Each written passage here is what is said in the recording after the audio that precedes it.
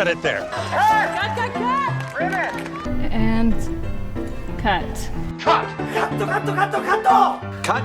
Terrific. Cut. And cut. Cut. Let's try it again. Cut! And cut.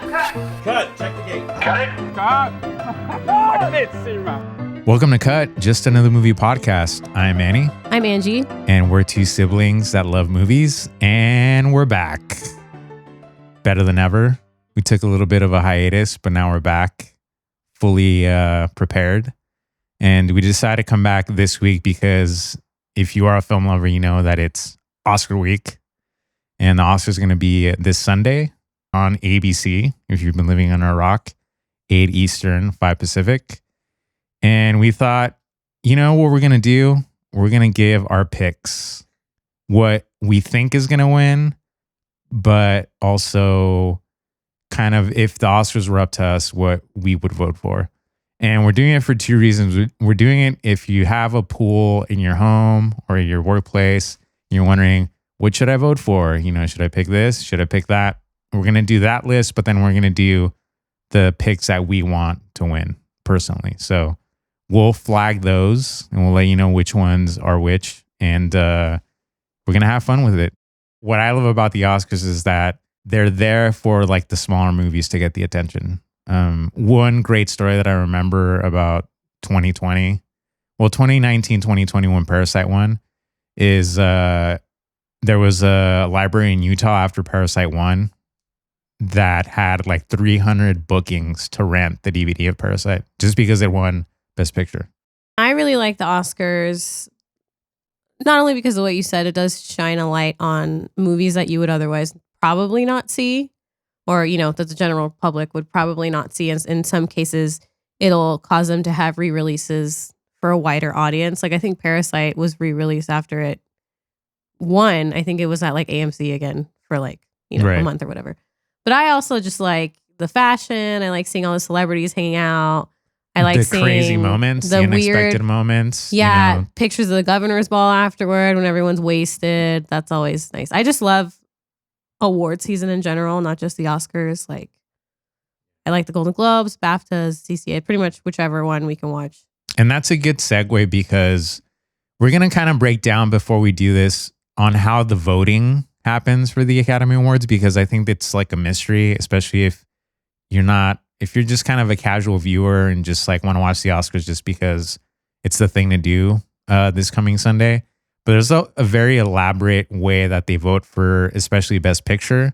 But all those award shows that Angie was talking about, there's a reason why they exist and also have a big impact on the Oscars.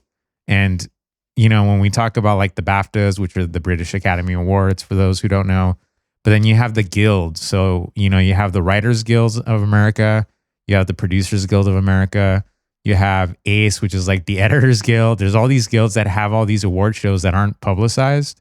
But I'll talk about like why those are of importance, especially the way that we came up with our results and all of that. Each category in the Academy Awards, so if we're talking about like Best Cinematographer or Best Sound, those categories are the popular vote. So whoever gets the most votes wins that category. And they're voted by not everyone. So if you are a member of the sound department, you get a vote. So an actor can vote for the sound and vice versa, you know? Yeah, that makes sense. And the way that Best Picture works, everyone votes and you rank who you think is the best movie to the worst. And so in this case, this year, there's 10 nominations. So you have to rank number 1 through 10. Okay. So that's part 1. Part 2 is to win that, you have to have 50% plus 1 of all the total votes. So like I said earlier, there's 10,000, roughly 10,000 members, let's say 10,000. Whoever wins Best Picture needs to get 5,001 votes to clinch it. And if you don't, this is where things get very complicated. So I said you have to rank them 1 through 10, right? So let's say, you know, you rank number 1 is The Power of the Dog, and then the bottom is Don't Look Up. None of the 10 get 50% plus 1. they take the least voted movie, keep those votes, but that movie's disqualified. And then that number is given to the second place votes. Okay. And so you do that sequentially. Oh, okay. So you keep that number of votes, and then you say, okay, don't look up. We gave those votes to the second place rank. So now you drop the second to worst movie and you give those votes to the third place ballot. I see. Okay. And then you do it until that first movie that breaks the 50% plus one. Now, I personally disagree with this voting process. So then if if whatever movie's in second place ends up getting more than 5,001, then they just frog jump over the movie what the fuck? Yeah. And I think that's why you've had a lot more in this. They started in 2009. 2009. Oh, I was okay. You start having a lot more films that win where the director doesn't. And so I can think of, because before it used to be pretty much a lock if you won. Yeah, it's director. like a telltale sign. Like if director wins, it meant that picture was going to win. And I mean, logically you would think that. Even more recently, Damien Chazelle in 2016 wins for La La Land, and then Mulan wins Best Picture, as we famously saw them get it wrong. Talking about spicy moments. Yeah, that was a big one. And then in 2015, Iñárritu wins for The Revenant, and Spotlight wins for Best Picture. That's another one. And then in 2013, Cuarón wins for Gravity, and 12 Years a Slave wins Best Picture. So I think because of the preferential ballot, you have a little bit more chaos. Which is good. Yeah, it creates for, interesting moments in the telecast and all that. But I just you do all the other categories by popular vote. Like, just do Best Picture that way, and it's more transparency for the everyday crowd to be just like, well, the most votes won. Like, it's pretty basic. But anyways, so going back to the unions, that's why it's important to see what the unions vote for, because the Academy is made of those union members. And they vote for their own individual category. So that gives you a window of who they're probably going to vote for the Academy Awards. So in the future, if you guys are interested to see like who has the leg up or who's the front runner, look at the union awards, because they lead up to the Oscars. Like, the Oscars are still like the mother of them all, and that's why all these union ceremonies happen leading up to the Oscars, just to gauge where people are at and it gives an insight to like what the members are thinking. And lastly, before we give our picks, the members have till March 22nd to vote. So tomorrow's the deadline. And again, that's why I said, like, leading up to the Oscars, all the union awards already happened, And so it's like now or never. And then the other thing too is like, you're not going to have all the members vote, just like with politics and, voting in any country. You're not going to have 100% of the vote. And so you have people that have been Academy members for fucking forever that are just like, I don't even care, So on that high note, let's get to our picks. So we're going to start off with short film live action. And the nominees are Ala Kachu, sorry if I'm butchering the name, Take and Run in English. And then The Dress, The Long Goodbye, On My Mind, and Please Hold. I recommend searching out these short films because you can find them on YouTube. They're very easy to find. There was maybe one or two that I couldn't find. But who I think the Academy is going to vote for and who I would pick for line up with this one. And I'm going with The Long Goodbye for a variety of reasons. It's a drama and it's very of the times. It's about a British South Asian family that are violently rounded up by mercenaries, you could say. And it's kind of depressing, but it's very impactful. And the Academy tends to go for drama. That's why you don't find comedies being, nominated at all. Or horror movies. Yeah, or horror movies, unfortunately. But the Academy loves drama, and I think this is the most impactful. Also, the second reason why is Riz Ahmed co-wrote, produced it, did the soundtrack, and it's like hip hop and rap. And I don't want to spoil it, but the ending is fucked up for sure. But musically, it's a great soundtrack. And he's releasing an album with the same title. Oh. That led up to the short being. Well, being Riz that scene. Ahmed has double billing on the Oscar ballot because for Flea as well. Right. And there's actually several people that I was actually talking about that have like 2 or more pictures that are nominated. But I mean, I'll give you this category just because I have been busy watching the rest of them for the last like month. And this is one of the ones that I definitely haven't gotten to yet. But you did send me The Long Goodbye today. So I'm also going to vote for that one. Moving on to documentary short subject. There's another category that you can easily find these movies on YouTube. A lot of them are from like New York Times, and they do like op-ed docs, and so they're very easily to find. The nominees are Audible, Lead Me Home, The Queen of Basketball, 3 Songs for Benazir, and When We Were Bullies. This one lines up with what I would vote for and what the Academy I think is going to vote for. It's The Queen of Basketball. Another relevant movie. It's about Lucy Harris, who scored the first basket in women's Olympic history and was the first and only woman officially drafted into the NBA. And it's a really compelling story about, and that's the thing. It's like, it's one of those stories where why haven't I heard about this? And it kind of reminded me of League of Their Own. Oh, okay. Where Penny Marshall talked about, I hadn't heard about this story. So that's what I wanted to make it into a movie. And that's the feeling that I got about this documentary, is that no one had heard about it. So someone needs to make it. And it was directed by Ben Proudfoot. And I think it just, again, it's fitting of the times, and it's a great story.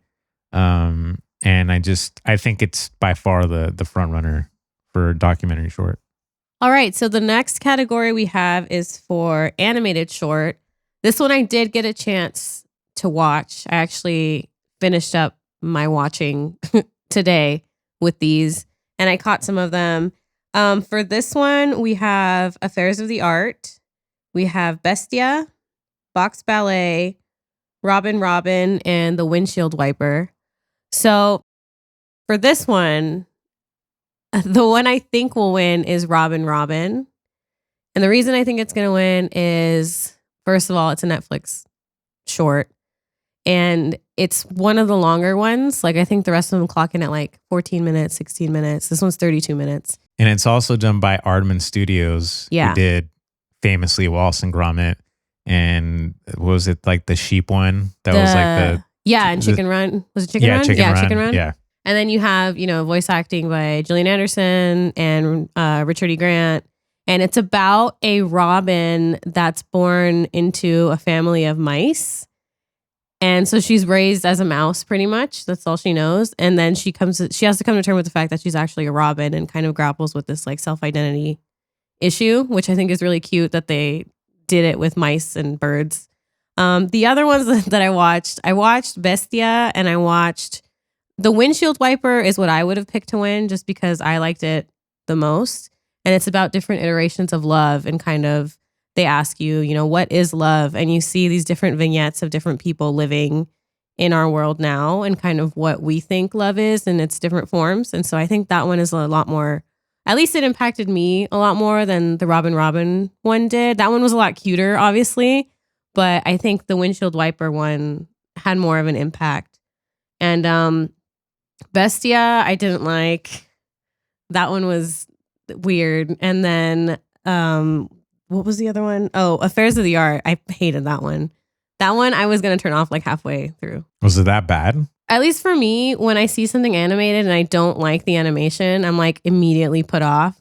And I absolutely hated the animation in this one. It was very stenciled, and it kind of reminded me, but not as cool, of like the illustrations you would find in a Scary Stories to Tell in the Dark book, but not as cool. Just like a lamer version of that. And just the story itself was like, I don't know. It just wasn't, it didn't interest me. And it ended, and I was just like. So your pick, if you would vote, and be The Windshield Wiper? That would be my pick. But Who what do you I think will win is Robin Robin. Yeah. Yeah. That's what I think is going to win. So I have a little bit different who I would vote for. is Bestia because it just looks so weird. And it's stop motion too, like with Robin Robin. Right. But Robin Robin is a little bit more sophisticated and cleaner because they have a great history of doing great stop motion animation. Mm-hmm. But I guess I love the ruggedness of Bestia. And then the main character is just, her face is just weird. I saw it and I was like, and then I watched it and then I was like, but I always gravitate to weird and yeah, just but I could see it winning.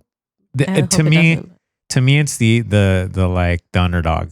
You know, Yeah, if I could see Bestia could that. pull it out, it would be shocking, I think, to most Yeah. people. But I agree. If I was betting on it, if I was putting money on it, I go Robin Robin. Right. Just because of everything that you said. It's on Netflix. It's Aardman Studios. It has, you know, popular voices behind it.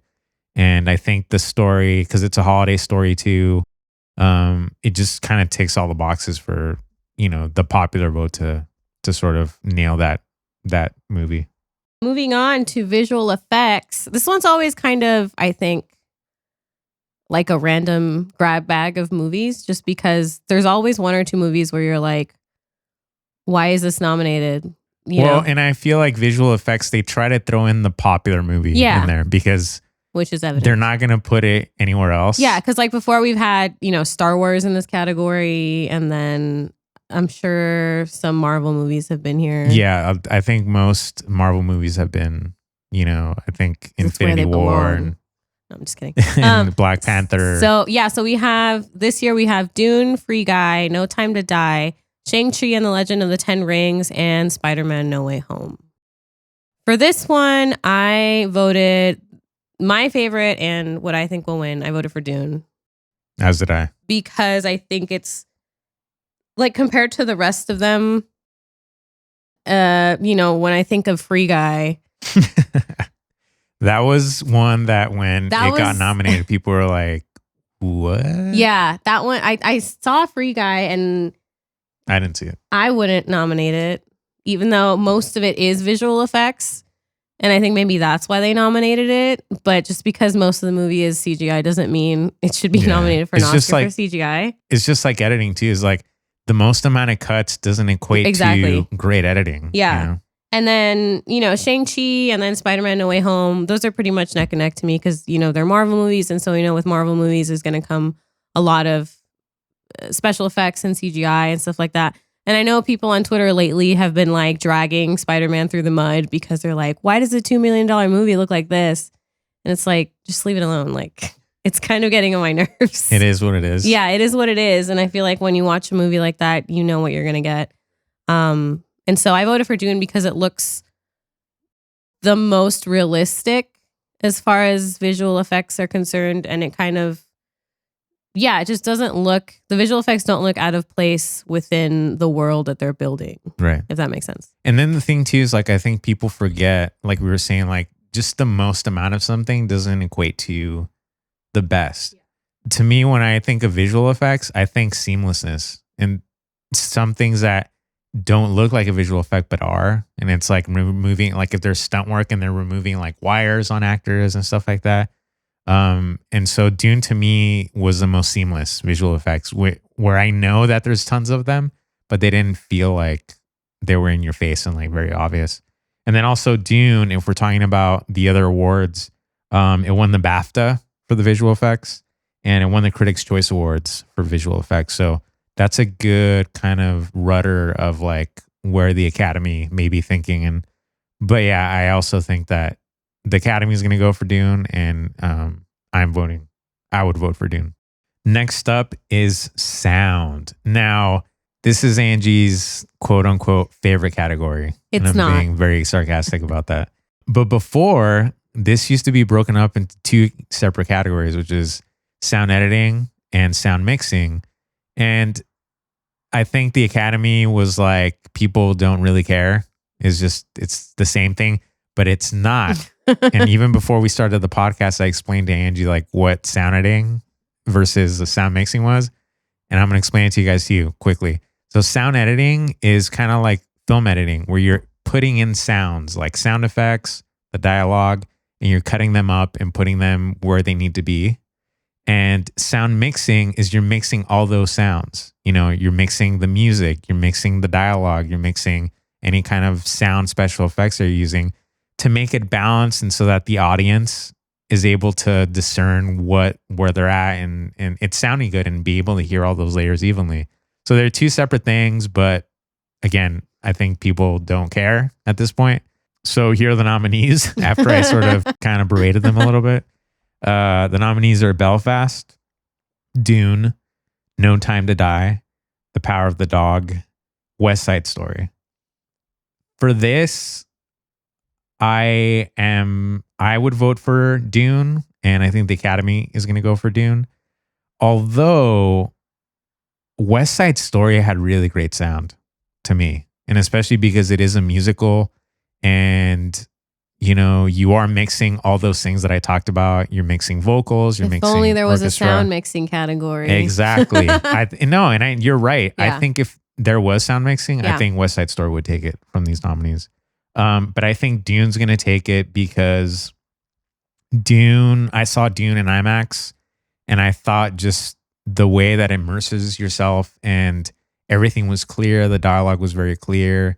Everything seemed separated, and like I said, the mixing was really well done, and creating sounds also that are not from Earth, you know, because obviously this all takes place in different planets and coming up with that. And I think the soundtrack also has a lot to do with it because it is sound, and Hans Zimmer's score, I think, really matched well with the film. So I think the Academy is going to go with Dune, and I would go with Dune as well. Yeah, I'm in the same boat as well. I also voted for Dune, and it was for all the reasons you said, but also one thing that kind of really stood out to me after watching Dune was that people kept talking about the sound. That was like the thing time and time again people kept saying is they were like, I was just chilling watching Dune, and then it was fucking loud all of a sudden. And then, like you said, the soundtrack, like with all the singing and the really loud noises and like the throat singing. Yeah. There's just so much sound in that movie, and it's really well done. And it's one of the things that people remember the most about that movie. So that's why I voted for it for sound. Next up, we have production design. So this is going to be, you know, how all the sets look and just kind of the setting of the movie and the way that it generally looks. For this one, we have Dune, Nightmare Alley, The Power of the Dog, The Tragedy of Macbeth, and West Side Story. For this category, I put a big fat question mark on my ballot because for me, I would probably pick Nightmare Alley just because there was so much vibrancy in all the different sets, and all the sets were so different and they were so elaborate that it was just impressive to watch. Like that movie was just like candy for my eyes when I was watching it. And that's what I really liked. I think the most about the movie is the way that it looked and how all the sets were kind of built. As far as the Academy, I was kind of a toss-up between that and The Tragedy of Macbeth. Oh, wow. Because that movie was like the opposite, Feast for the Eyes, but in black and white. So you have, you know, all of this eye candy still, but where with Nightmare Alley, you have all these like vivid colors, and Tragedy of Macbeth is black and white. But also, I know Nightmare Alley was in theaters in black and white too. Yeah. So there's kind of that's also kind of dividing me. Right. Yeah. Okay. So what do you? So you're saying you would vote on? I would vote on Nightmare Alley. And you think the Academy is going to go Macbeth? I don't know. I think they could go Nightmare Alley or Macbeth. Do you have a final answer? So I'm gonna say Nightmare Alley. Okay. Final answer. Final answer. Okay. I also have a question mark with Nightmare Alley. And I think if I was voting, I think I would go Nightmare Alley. Like you said, the set pieces were like incredible. And if you guys haven't seen the movie, I mean, you can see it in both, but I think color for me is the preferential because everything really bops. And I know Del Toro's like, you know, it's a film noir, and so it still works in black and white, but I think a lot of the color and contrast sort of gets lost with, you know, not seeing it in color. And so I would vote Nightmare Alley, but I think the Academy is going to vote for Dune. Interesting. And one of the big reasons why is because it won the BAFTA for production design. and also got Critics' Choice Award for production design. And no critic votes for the Academy Awards. Like I said, it's people that work in movies, so critics aren't allowed to be in the Academy. But the BAFTA, because it is the British Academy Awards, you have a lot of crossover. You have a lot of actors and people that work in production that are British and are part of both sides. So there's a lot of crossover there, and so I think that the Academy is going to go that way. And the thing too is, like, we talked about big movies like, you know, like the Marvels of the world and the Star Wars of the world. I feel like these categories like production design and visual effects and sound usually go to like the bigger movies, the big budget ones, because they're not nominated for, you know, well, Dune is nominated for Best Picture. Mm-hmm. I should say that, but they're typically not. And so I feel like these categories are given to higher budgeted movies that really go to town with like sound and visuals and all of that. And so I think that's another reason why the Academy is going to lean towards Dune for production design. Following production design of sets, we have production design of humans, makeup and hairstyling. For this one, we have Coming to America, Cruella, Dune, The Eyes of Tammy Faye, and House of Gucci. So for this one, I would like Cruella to win because just the styling in that movie is really, really great too. And I almost kind of feel like it maybe should have been nominated for production design too, just because the sets in that are also really crazy. But maybe because a lot of them were CGI, they didn't. But yeah, so I would like Cruella to win for makeup and hairstyling just because the makeup and hairstyling in that is insane because it takes place in 1980s London. So you have like the punk scene as well as like the monarchy stuff. And you just have like this really cool mesh of punk and royalty that really comes through in the hair and makeup and the costumes, which I'll mention later. But I think the Academy is going to go for The Eyes of Tammy Faye. I think so too.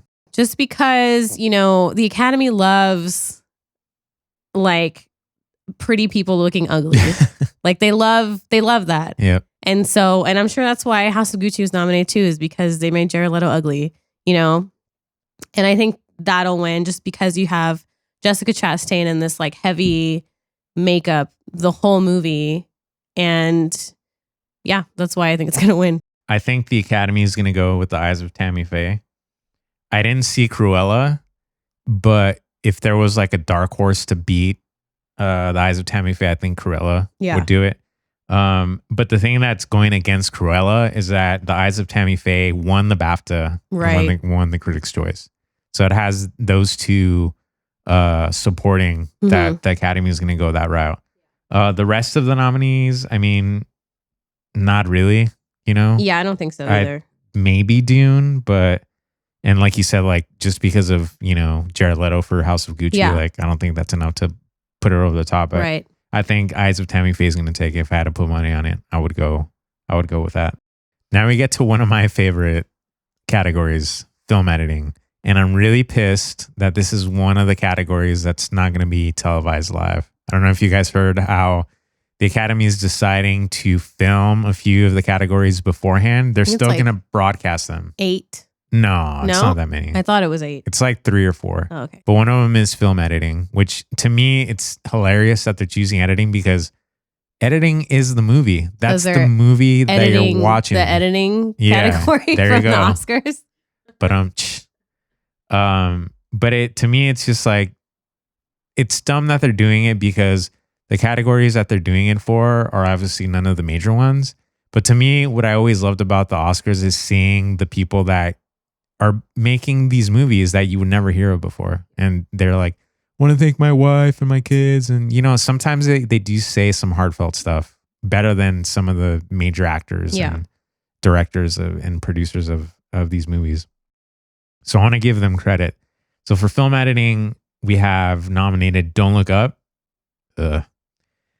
Dune, King Richard, The Power of the Dog, and Tick, Tick, Boom.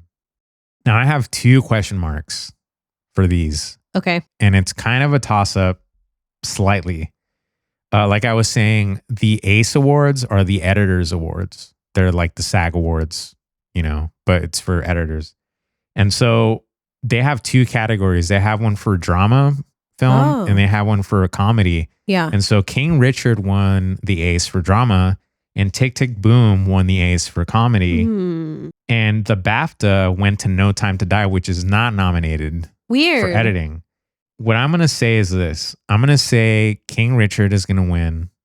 The Academy is going to vote for King Richard.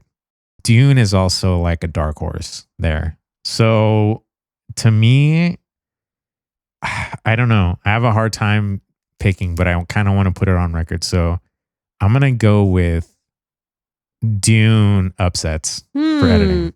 Dune is my pick. But I think the Academy is going to go King Richard. What do you think? So I picked The Power of the Dog. Oh, and wow. I picked that for my Academy pick as well. Because, you know, I'll talk about what I thought about the movie later. But what I thought about how the movie looked and how it was edited, I thought it was completely seamless. Like the flow of the movie was just so well done that it was just nice to look at as I was watching it. And yeah, I voted Power of the Dog for both for me. I think that would be a shocker. Yeah. The Power of the Dog ticket. Yeah. So we'll see. We'll see. Up next, we have costume design. We have for this one Cruella, Cyrano, Dune, Nightmare Alley, and West Side Story. So now for this one, I also picked my favorite and the Academy favorite for me, which was Cruella again, for all the reasons I mentioned before. And I believe it won the SAG for costume. I won the BAFTA. The BAFTA, that's what it was. And yeah, just like everything I mentioned, the movie takes place in 1980s London. So you have the punk scene, you have all the royalty stuff. You have, even though it's CGI, that shot of Emma Stone in the dress that she lights on fire and it turns into this like completely other dress, which is amazing. And just the costuming is such a big part of that movie because that's who Cruella wants to be. She starts designing clothes and she starts working for this really popular designer. And so costuming and the clothes is a really important part of that film. And they did it really, really well, which is why I voted for Cruella. I'm going to second that. I think the Academy is going to go for Cruella and I would go with Cruella. Although the other nominees are really great. You know, Dune had really great costuming. Nightmare Alley, that would be my dark horse. But like we said, it won the BAFTA. Yeah. It won the Critics' Choice. And the other movies, like sort of just with award season happening, they've kind of fallen off in crows. I feel like my dark horse for that would be Cyrano. Oh, because wow. it has like the period pieces Yeah. and the Oscars love that shit, Yeah, you they know? do. So I think that if it wasn't Cruella, I feel like it might be Cyrano. Yeah. I think also like, I think if the Oscars were like 10 years ago, I think Cyrano by far would be leading that pack. Next up is cinematography, another one of my favorite categories because obviously cinematography is the way the movie looks, you know, and it's a collaboration with the production design, but cinematography is the lighting, the camera movement, and all of that. The nominees are Dune, Nightmare Alley, The Power of the Dog, The Tragedy of Macbeth, and West Side Story. I think the Academy and I would vote for Dune. So we're on the same page there. Greg Fraser, who was a cinematographer for Rogue One, and I feel like you can kind of see the similarities of the style and the look of those type of movies. But I mean, again, I saw Dune in IMAX, and I thought the photography was just incredible, and it's a subtlety of, you know, it was shot digitally, but you know, you can see in the shadows just enough, you know, where there's detail there, it's not lost. And again, creating this vast world, this alien world, gives it a distinct look. And it's just, I think the look of that film just fit that story and that world perfectly. And so I think Dune is the front runner for sure. The only one that I think could upset, but I doubt it at this point because there hasn't been a lot of talk, is the Tragedy of Macbeth. That film, you can't find any better black and white. You know, it's incredible, and the camera movement and the lighting is just phenomenal for a black and white movie. And I would think if Dune wasn't nominated, if Dune had come out a different year, I think Tragedy of Macbeth would have it easily. But unfortunately, Dune came out the same year, and I think Dune is gonna get it. Dune is gonna get it. Okay. Well, I'm going to provide a hot take because I feel it, even though I didn't particularly like it. Hot take as well. But I think Power of the Dog is going to get cinematography. Wow. Just because, as I mentioned earlier, it was just nice to look at. Like, It did the get sweeping the Critics' Choice vistas, Awards. and like it was that's what I kept thinking of when I was watching the movie, because I was like, when I'm watching a movie, I'm like, okay, what do I like? What do I like? What do I like? What don't I like? What don't I like? And cinematography was one of the things where I was like, it's really great in Power of the Dog. It's really, really good. And then what I would pick, Tragedy of Macbeth is what I would pick. And I saw that on my laptop. I can only imagine what it looked like in the theater. And like you said, for a black and white film, it looks really, really good. And I was just kind of like breaking my brain trying to figure out how they made all these set pieces, and like, are they miniatures? Are they real? Like, what's the deal with the lighting? Right. Like, how is this all working? And it's like the Tragedy of Macbeth is like ASMR for your eyes. Like, Yeah, absolutely. you're just watching it and you're just like, this is nice. Like, yeah, it's a feast for the eyes, that movie. And it is good as well. Not to say that it's not good, but it is good as well. So I think Tragedy of Macbeth would be my pick, but I think it's going to go to Power of the Dog. Up next, we have Original Song, and the nominees are Be Alive from King Richard, Dos Oruguitas from Encanto, Down to Joy from Belfast, No Time to Die from No Time to Die, and Somehow You Do from 4 Good Days. So for this one, I think the Academy is going to go with Beyonce. Oh. Just because it's Beyonce. Wow. So I think that's what the Academy is going to go with. Who are you going to go What with? I would go with is Van Morrison, because I love Van Morrison. And just that whole Van Morrison in Belfast being the entirety of the soundtrack is so freaking good that... And that music It's in that so Belfast good. is so good. Yeah, it's really, really good. So I would go with Van Morrison for that. I'm going to shake things up a little bit. I think the Academy is going to go with No Time to Die. Billy. Because it's Billie. Wouldn't you Billie think that I would have Eilish. voted for Billy? Yeah, I totally thought that. That's why I Sorry, was like Billie. surprised that you were going to go with Van Morrison, but I get it. But you know, they are going to perform these songs. And so all of that just kind of lends itself to, Is Van Morrison going to be there? I don't know. That's a good question. But I think Billie Eilish just being popular, and it's Yeah, 007, it makes sense. that they would go for that. But I think with the popularity of Encanto, I think Dos Uruguitas may be the dark horse Song that may sucks. sneak in. I had Why actually... wasn't the other song Okay, nominated? this is what I had heard, and I don't know if it's true because I'm dumb and I didn't do my research. I had heard that We Don't Talk About Bruno, that they like submitted it too late. Oh, really? So that's why, because you would think We Don't Talk About Bruno would be Yeah. on there, because it's... Anyone that has kids right now, Or that's- anyone who knows anything about Encanto knows that that's the song. And so when Dos Oruguitas was, I was like, what? Why? So that's what I had heard, but I'm not sure if that's entirely correct. I would vote for Van Morrison as well. That's who I would vote for. So again, I think No Time to Die, the Academy's going Okay. to go for, but I would go for Van Morrison. Next up is original score, obviously. The nominees are Don't Look Up, Dune, Encanto, Parallel Mothers, and The Power of the Dog. To me, the obvious choice, and I think the Academy is going to go this way, is Dune, because it's Hans Zimmer. Hans Zimmer has been nominated 12 times.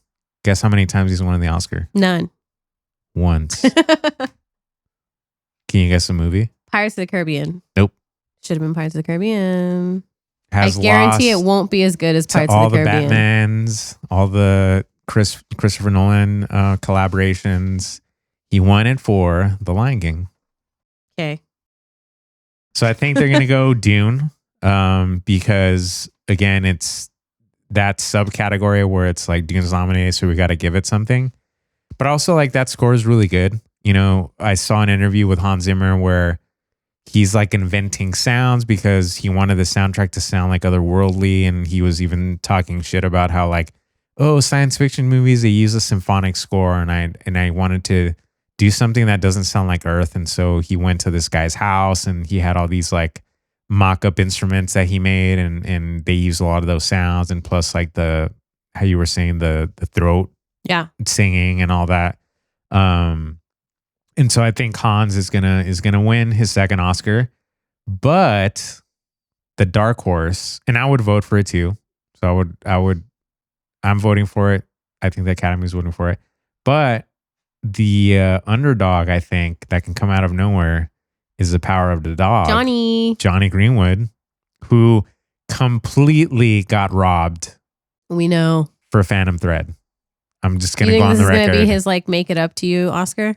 It could be. But why I think it may not happen is because Dune got Critics' Choice for Best Score and it got the BAFTA for Best Score. So it has an uphill climb if Johnny's going to get his first Oscar. But it could happen, and it could be a makeup Oscar. Although the score for Power to Dog, it reminded me of, I'm going to be honest, There Will Be Blood. You know, yeah, it's I was going to say that too. Kind of that vibe, and it is kind of a Western, and There Will Be Blood kind of takes place in that similar era. It gave me those vibes. So the score was good. I'm not going to say it was bad, but it felt like a little bit of a rehash, and I think, like I said, with Dune, it's nominated. It was a big movie, so we got to give it these subcategories. Yeah, I also voted for Dune in that category. Documentary feature. I love documentaries, and I would say that I like them even more than narrative feature films. And so it's another one of my favorite categories. And I think I don't know, some of the great movies now are fucking documentaries. And I think we're in a documentary renaissance. So I invite everyone to go out and watch all these films because they're all really great. The nominees are Ascension, Attica, Flee, Summer of Soul, or When the Revolution Cannot Be Televised, and Writing with Fire. This one's a little obvious, but also can be sneaky. I think the Academy is going to go with Summer of Soul, mostly because Questlove and the people behind this movie, and kind of the story behind this documentary is that this footage was like lost and was found in some warehouse in some garage somewhere. And so it's mostly made up of stock footage, but also has a lot of talking head interviews, etc. So to me, I feel like this documentary is more editing, creating something out of the edit versus like, creating these moments. And whereas with Flea, which I think could be the underdog, right, you're recreating these stories. You're recreating this story. And so I think the safe vote, and usually the Academy is safe, is going to go with Summer of Soul. But I would vote for Flea. I would vote for Flea because to me, it's a little bit more innovative. It's a little bit fresher. And like I said, you're recreating these scenes in a different way than just a typical documentary would make. Yeah, and I'm going to echo you on both of those things. And I'll dive more into it as we get further down this list, like the next two categories. I'll reiterate why I would agree with you in this. But yeah, for now, I will agree with you on your picks for that one. And the one thing that is going against Flea, well, it's like three things. Summer of Soul won the Independent Spirit Award. Exactly. Yeah. Won the BAFTA and won the Producers Guild. Yeah, so and that's you're talking why that's about my pick. A lot of members have already voted for that. And so it's the odds on favorite, but you never know. You never know what can happen. After this, we have animated feature. For this one, we have nominated Encanto, Flea, Luca, The Mitchells versus the Machines, and Raya and the Last Dragon. Now, for this category, everyone knows Disney's nominated in it at least once. But this year, we have three. We have Luca, Raya, and then we have Encanto that are all Disney Pictures nominated. I watched all of these. The Academy's going to go with Encanto just because it's been like the favorite, like literally out of the gate pretty much since it came out. It's been talked about to be Oscar nominated and this and that and all that stuff. But, I'm going to say that Luca and Raya were better movies than Encanto was, as far as I'm concerned. I thought Luca was really, really good. And I saw Raya today, and that was really good as well. And The Mitchells versus the Machines was so good. It was so great. And then Flea, like we were talking about, Flea was amazing. I really, really enjoyed Flea. But I think the fact that Flea is kind of depressing isn't going to win it Yeah. animated picture, because we don't want our animated movies to be depressing. Right. We want them to be happy. And similarly, that's why I don't think, like, spoiler alert, Luca would win, because the end is a little bit depressing. It doesn't have like a, tie it all in a bow, happy ending. But yeah, so I think Encanto is my Academy Award pick. But what I would pick, I don't know. I had a question mark with this one too, because I really, really enjoy the Mitchells versus the Machines, and then I really enjoyed Luca as well. So I feel like it would be between those two for me. But I think I'm gonna say the Mitchells versus the Machines. I had a choice and then 2 question marks with it. And you brought up a good point about how Disney has 3. And typically when that happens, when you have even 2 of the same movie in the same category, voters get sort of like confused. And so they split that vote. So if like, say like there were 2 actors nominated for Dune in the same category, odds are that the voters would split the votes in between them, and then there'd be a third person that would win. Yeah. Because Dune is sort of working against itself because there's too much of that movie in the same category. But I think you're right. I think the odds-on favorite is Encanto. It won the BAFTA. It won the Producers Guild for Best Animated Movie. But I think the Mitchells versus the Machines could be an upset. I think so too. Because it won the Annie Award. Now, the Annie Award is the Academy Awards for just animated films. It won that over Encanto and all the other Disney films. And it won the Critics' Choice. So it has some momentum going for it right now.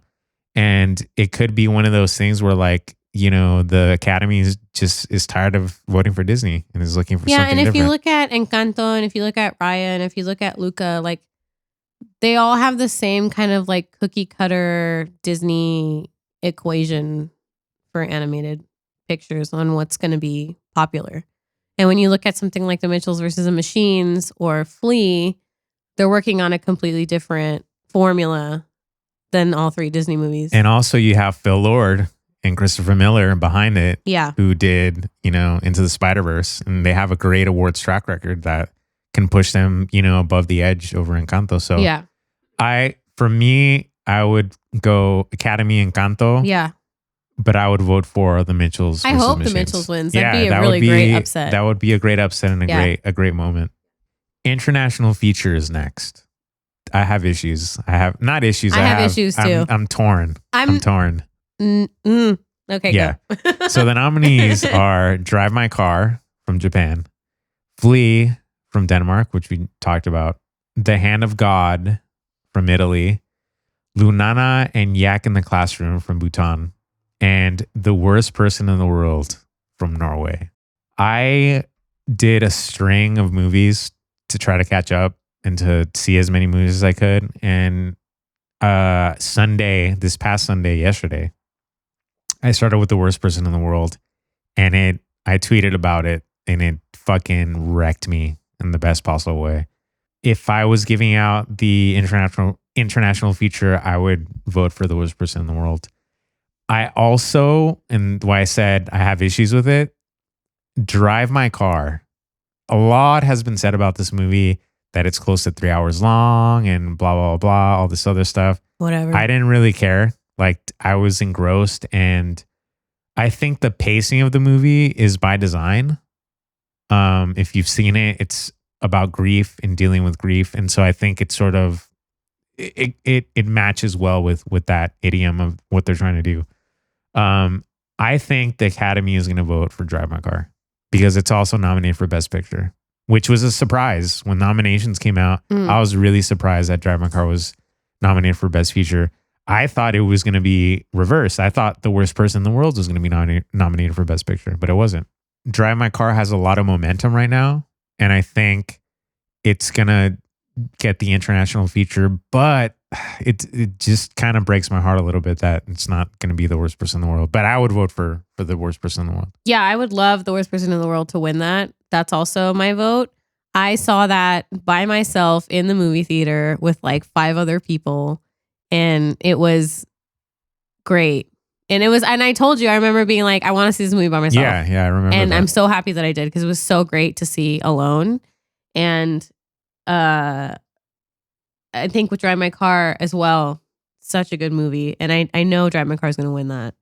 And, honorable mention is Flea in that. And why I think it could be the upset in documentary feature is because it's not going to win animated. It's not going to win international.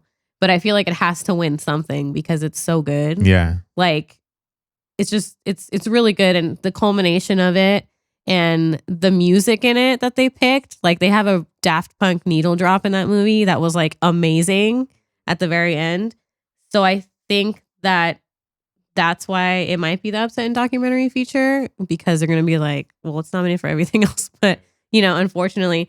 But yeah, I really wish it would be the worst person in the world. And I feel like that movie kind of got muddled for whatever reason, because when it came out, like everybody was talking about it when they screened it. And then it just kind of got lost along the way somewhere for whatever reason. And which is kind of sad. But yeah, so worst person in the world would be my pick for it. But Drive My Car is my Academy pick. And the thing that's going for Drive My Car too is that it won the BAFTA in the Critics' Choice.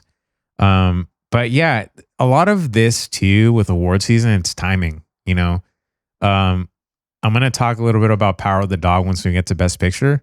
But a lot of the times, like I think back to A Star Is Born. Remember how like that movie came out like I think at the end of summer in August, and everyone was like, fucking Best Picture. It has it in lock and like it's going to win it, blah, blah, blah, blah. But it came out a little bit too early. And it just sort of peaked and then got taken over by all these other great movies that came out, and it just got lost. And yeah, there was still a little bit of hype with the whole Bradley Cooper. But also, I was like, it wasn't that good. Yeah. But you know what I'm saying? Like, a lot of it is timing and just there is momentum. I feel like it's kind of like in sports too, like where teams and these movies get momentum. Yeah. And they either peter out, by the time the Oscars roll around, or they sort of keep climbing and hit that apex right at the perfect time and they end up getting the big prize. But yeah, timing has a lot to do with all these awards. Here's where things really get interesting for me. And we're talking about adapted screenplay. The nominees are Coda, Drive My Car, Dune, The Lost Daughter, and The Power of the Dog. This by far is one of the categories that from the Guild Awards leading up to the Oscars is the most spread out, where it can kind of go a variety of ways. Coda won the WGA, which happened this past weekend, and kind of threw a monkey wrench, and people were like, oh, can The Power of the Dog not be the frontrunner anymore? And is Coda taking over? And it also won the BAFTA for adapted screenplay. But The Lost Daughter won the Independent Spirit Award, and The Power of the Dog won the Critics' Choice Award. So that's what I'm saying, where it's kind of spread a little bit. I think if Coda wins adapted screenplay, I think it's going to win Best Picture. I think it's going to go all the way.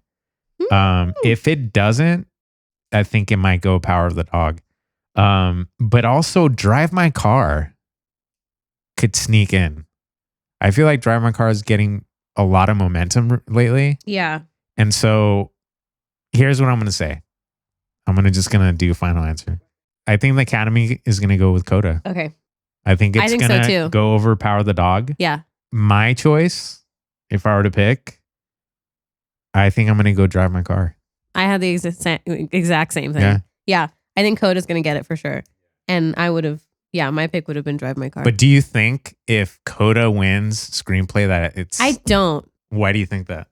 Because, we're not there yet. I'll tell you when we get there. So now we go to original screenplay.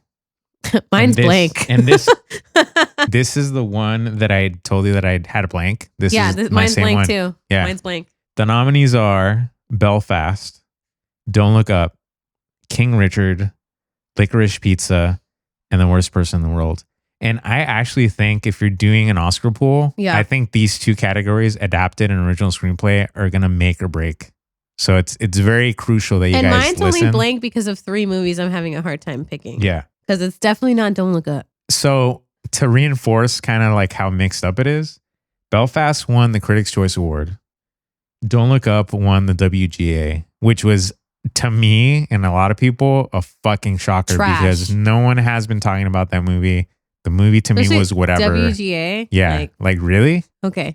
And then Licorice Pizza, which was the front runner for a long time, won the BAFTA.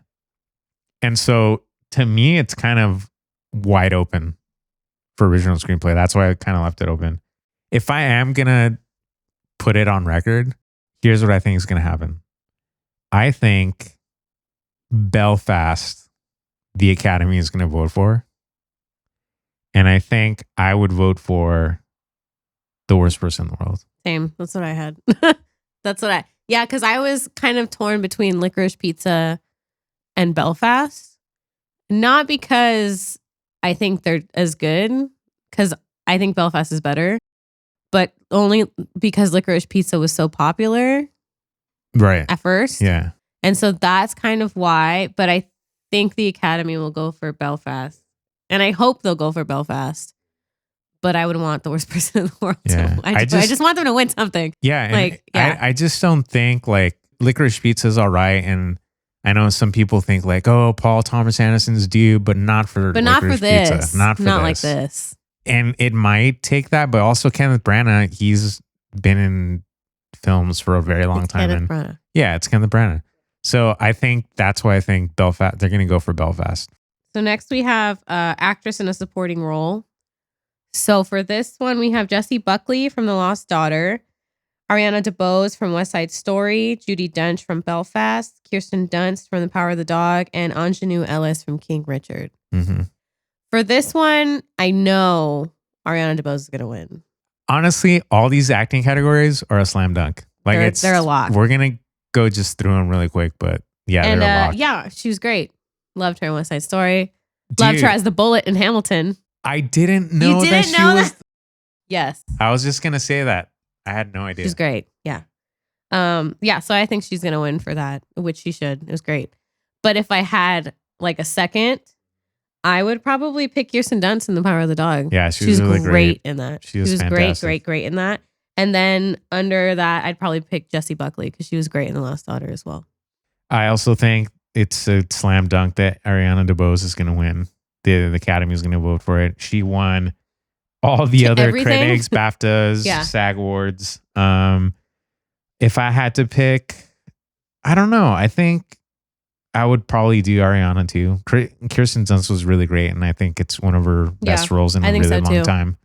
But I think Ariana DeBose was really great in West Side Story, and she was the perfect person to play that role. Yeah, you know, I couldn't amazing. envision anybody else being her.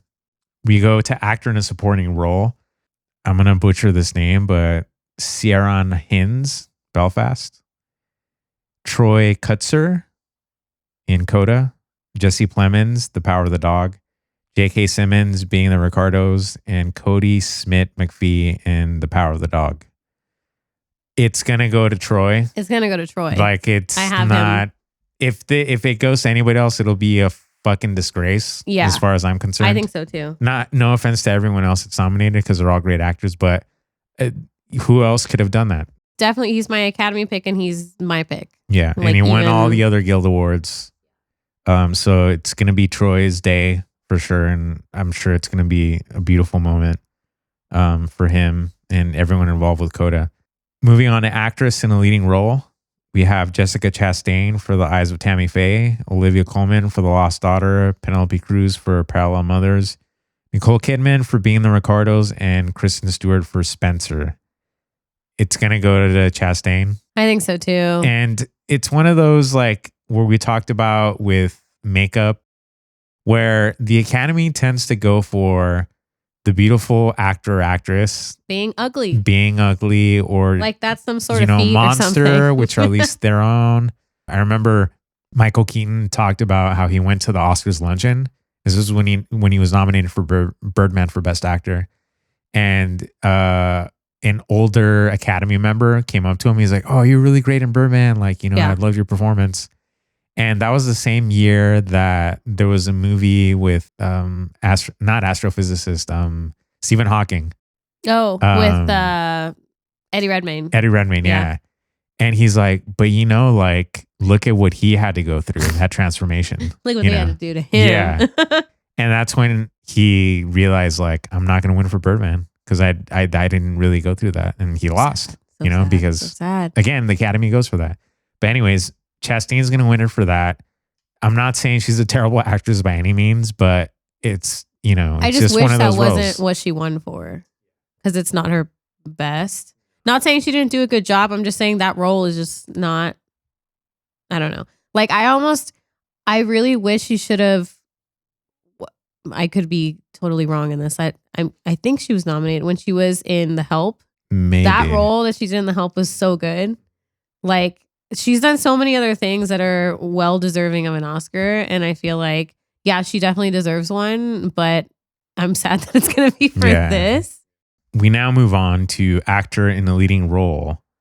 The nominees are Javier Bardem in Being the Ricardos, Benedict Cumberbatch, Power of the Dog, Andrew Garfield in Tick, Tick, Boom, Will Smith in King Richard, and Denzel Washington in The Tragedy of Macbeth. Once again, a fucking slam dunk with Will Smith, King Richard. It's his to lose because he's won every other award for this film, and it's going to be his first Academy Award. He was nominated for Ali in Ali.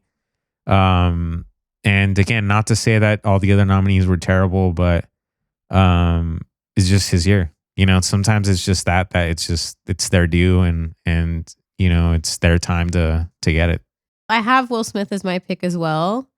But kind of, I don't know, like I feel he's good in the role and I don't know. I just feel like it was like it's Will Smith and Will Smith is going to be good no matter what. So I was just kind of like, eh. For me, it's kind of a weird year for actors Yeah. where it's like nothing really, they're all really good. And so nothing really stands out to be like my really pick strong. in that category is Andrew Garfield. And that's not just because I like Andrew Garfield. Because I didn't even really want to watch Tick, Tick, Boom because I don't really like Rent and I don't really like the music in Rent. Sorry, Jonathan Larson, R.I.P. But I don't really like Rent or the music. And I had heard that, like, obviously, since it's about Jonathan Larson, the music in Tick, Tick, Boom was going to be very much like Rent. And so I was just like, not looking forward to it. And I was really surprised that I did enjoy it. And I thought Andrew Garfield did a really, really amazing job. And so he would be my pick in that category. But I know that Will Smith's going to win it, which is deserving as well. I just picked Will Smith and just across the board because, like I said, I feel like it's his time. Yeah. And I think Cumberbatch, Garfield, they're going to have their due. They're going to be back. Mhm. They're young enough. Javier Bardem, I did not like his portrayal of And then Desi Denzel Arnaz. in Tragedy of Macbeth was really good, but then there was moments where you're like, this is Denzel doing Tragedy of Macbeth, which was great. Like I loved it. I thought it was so good. But it was just, it was Denzel doing Tragedy of Macbeth.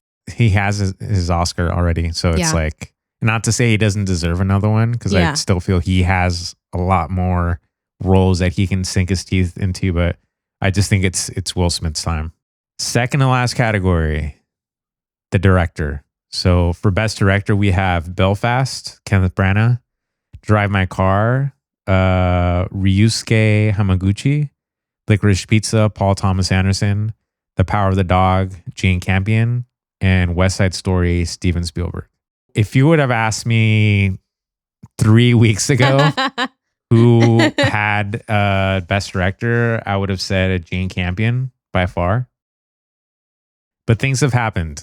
Things have changed. Times are new. And the thing is like acceptance speeches, at least in award season, do matter because I feel like you're selling yourself and that you deserve this award. As silly as that sounds and ridiculous as that sounds, I think award speeches, you have to watch your words. And obviously Jane Campion had a bad time at the it was Critics Choice Awards. Oh, you're right. Yeah, Yeah, I it saw was the a Critics' BAFTAs Choice earlier Awards, today. Yeah. Where she basically said things and kind of downplayed the Williams sisters and, Yeah. and all that. She apologized the day after and said that that was wrong of her and all that.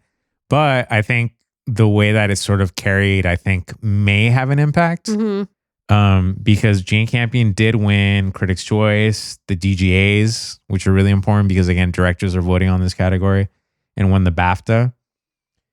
I think, because I don't think The Power of the Dog is going to win Best Picture. That's Spicy. I know, a little teaser for the last category. But I don't think that The Power of the Dog is going to win Best Picture. So I think Best Director is kind of slightly up in the air. And who I would vote for is Kenneth Branagh for Same. Belfast. What he did with that film, no other director could have done, because it's essentially his story and about the Civil War in Northern Ireland, and just the way that he tells that story, and it's about family and the idea of family moving to a different place, and the music, and it's kind of a depressing era, but also it's lighthearted, and there's a lot of love with the members of the family, and there's optimism and but also tough times. I think the way that he balanced that was really well done, and like I said, I don't think anyone else could have directed that movie. So I think I would vote for Kenneth Branagh. I still think the Academy is going to be Jane Campion. So that's kind of my final answer. I have the same picks too. I think the Academy is going with Jane Campion, but I would pick Kenneth Branagh because the more I think about Belfast, the more I totally love that movie. Like, it was so good the more I think about it.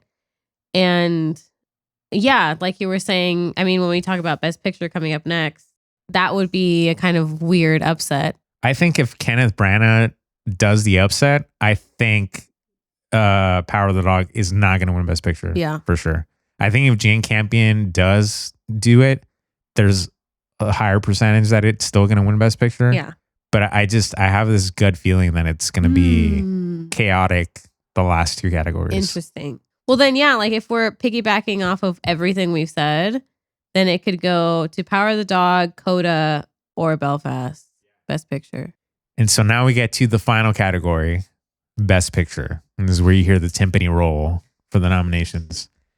And the nominees for Best Picture are Belfast, Coda, Don't Look Up, Drive My Car, Dune, King Richard, Licorice Pizza, Nightmare Alley, The Power of the Dog, and West Side Story.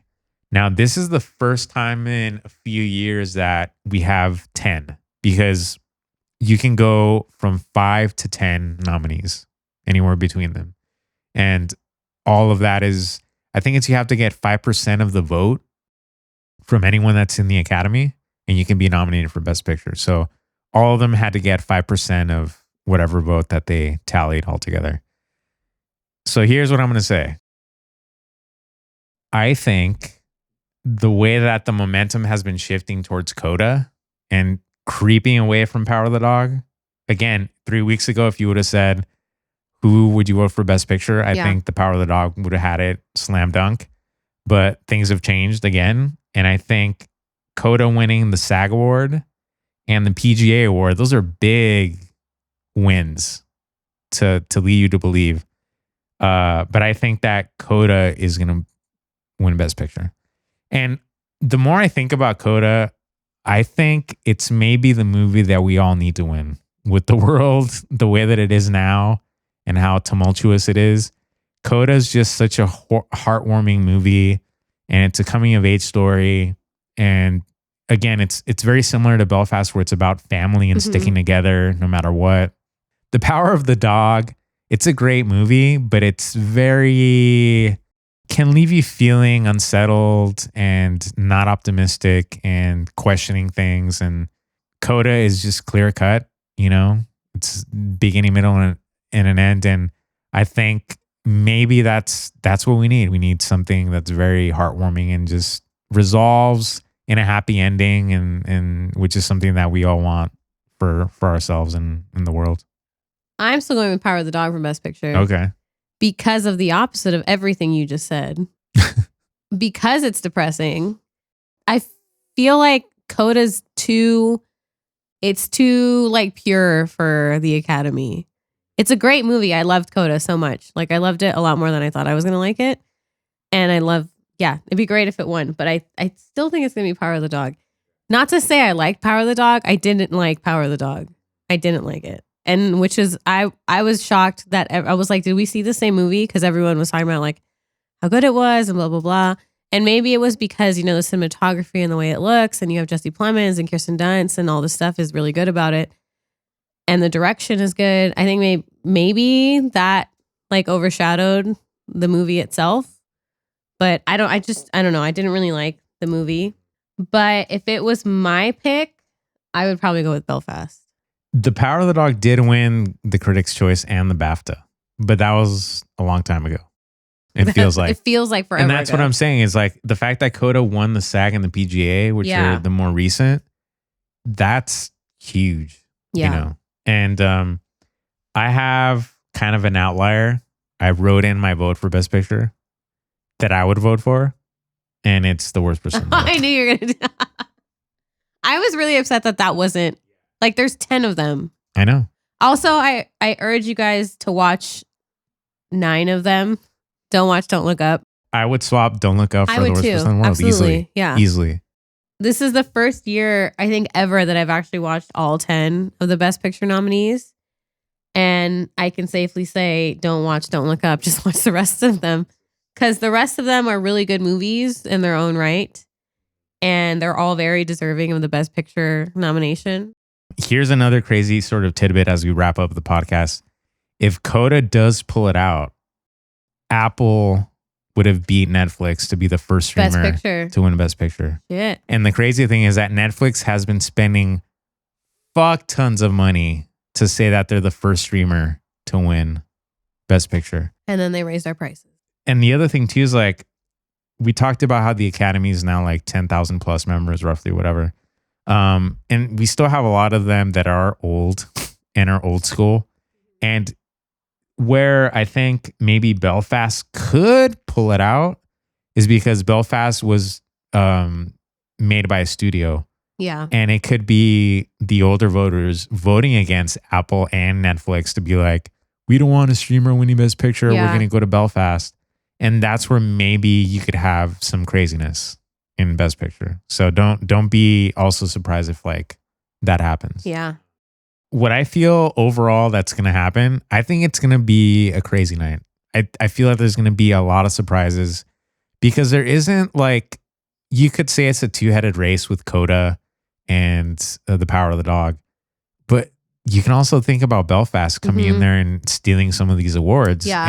And so there isn't really like a front runner like there have been really in the past. And usually when that happens, craziness is about to ensue for the Oscars. So to me, I think it's going to be a great night. And I'm looking forward to the craziness because that's why I watch. And it creates these beautiful moments of chaos and in another, you know, place where, you know, order's supposed to exist, but you know, who knows? There's 10,000 people voting. So this is the biggest the Academy has ever been. So craziness may happen. We almost forgot the fan favorite vote, which is the thing this year. And so basically, can you still vote for it right now? You know what? I'm going to take a look right now. Okay. But basically you can write in, right? Any movie? Any movie. And I think you can write kind of like why. But it doesn't matter. It as long as ended. All right. Oh, it ended? Can't vote anymore. Whoops. Okay. Anyway, so you could have voted for it and you could have voted for any movie. And I think the fan favorite is going to be Spider-Man because it's I think so one too, of the biggest movies. because the Marvel Bros. And yeah. not to say it was a bad movie. It wasn't. It was fun. I had fun. It was really fun. Other contenders that I heard were Cinderella, What? Army of the Dead, my favorite, Malignant, which is what I voted for. That's the one that's had a lot of Twitter like just fucking vote for it because it would be amazing. So if that would they be did really announce cool if it Malignant. overtook Yeah. Spider-Man. But But who I- knows? We'll see. Yeah, we'll see. We'll see Yeah. what happens. But I still think it's going to be Spider-Man. I think so, Although too. I would vote for Malignant. Good. That about wraps up our Oscar preview nominations, what we think is going to happen versus what the Academy is going to vote for. We hope that you guys watch the Oscars and comment on who you think are your favorites. You know, let us know whether you agree or disagree in the comments. Again, we're on YouTube, streaming everywhere on where you listen to podcasts. Coming up on our next podcast, you're going to get our full reactions to the Oscar broadcast, what we loved, what we hated, and see how close we came to our predictions. Angie and I are going to be betting. Did we say what, like $50? $50. So $100. There's $100 right So $100 riding on this to see how close we came, and also how close you guys came, whether you took our advice or not. We'd be really stoked to hear if you went with it or just kind of went on your own and what you thought of the broadcast. So you can look forward to that. Like I said, we're streaming wherever you listen to podcasts and on YouTube. Search Cut Movie Pod and you should be able to find us. And we'll catch you guys on the next one. Cut! That's a wrap.